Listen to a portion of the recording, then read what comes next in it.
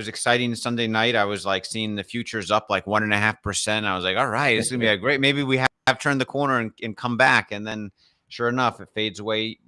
Yesterday somewhat, and then this morning, I guess some CPI number in Europe, came out that was higher than expected, put a damper on the markets a bit. The biggest theme, I think, is obviously just, equity markets have been absolutely hammered. As the downtrend has continued, it's maybe not surprising that we see a couple, modest rallies along the way, just to kind of offset the kind of face ripping, downturn that we've seen. The biggest thing on my horizon, I think, is the May CPI number look like, which we'll find out in a couple of weeks here. If it's really good, I could see that sparking a pretty considerable rally. And if it's, not so good like the last one, then I could see, kind of continuing rate fears rating in equity markets, kind of continuing on their downturn. The whole equities market right now just seems like a coiled spring, and it could bust down and it could bust up, but it's almost like it's waiting for something to kind of tell it where to go.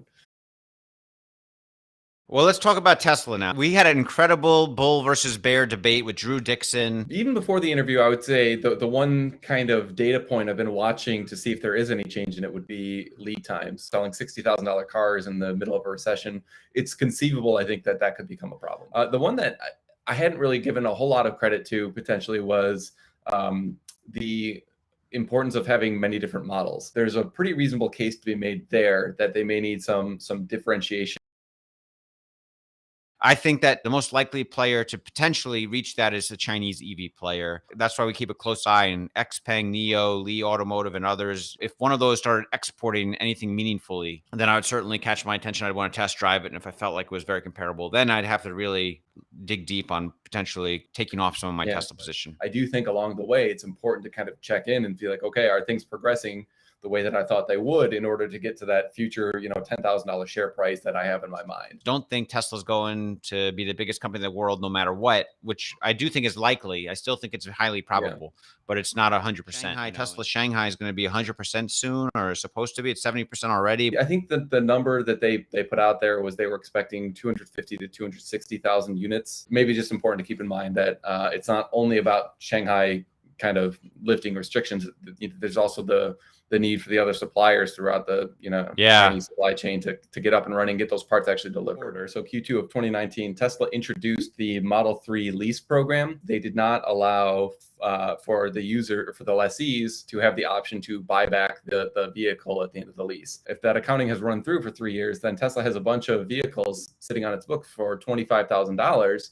But if you look at the actual market prices for 2019 Model 3s, it's more like $55,000, $60,000. They could be sitting on a gain of, $25,000 to $30,000 somewhere in that neighborhood per vehicle. My estimate was it could be around $200 million this quarter. The point is, it's just another tailwind that I think a lot of analysts are not contemplating. Elon tweeted a kind of a meme about letting a Twitter bird out of a bird cage, and it's flying away. I think he still wants to go forward with it, and he kind of views himself as the one that's opening the cage door.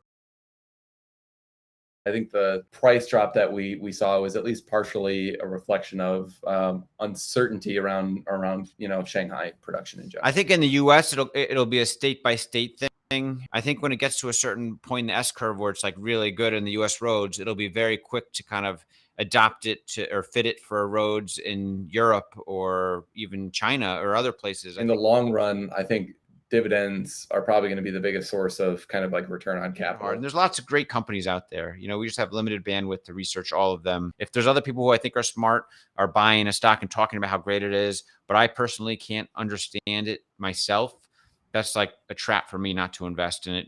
I might be missing out on a winner, but also I've lost a lot more than I've gained over the decades of investing by trying to follow other people.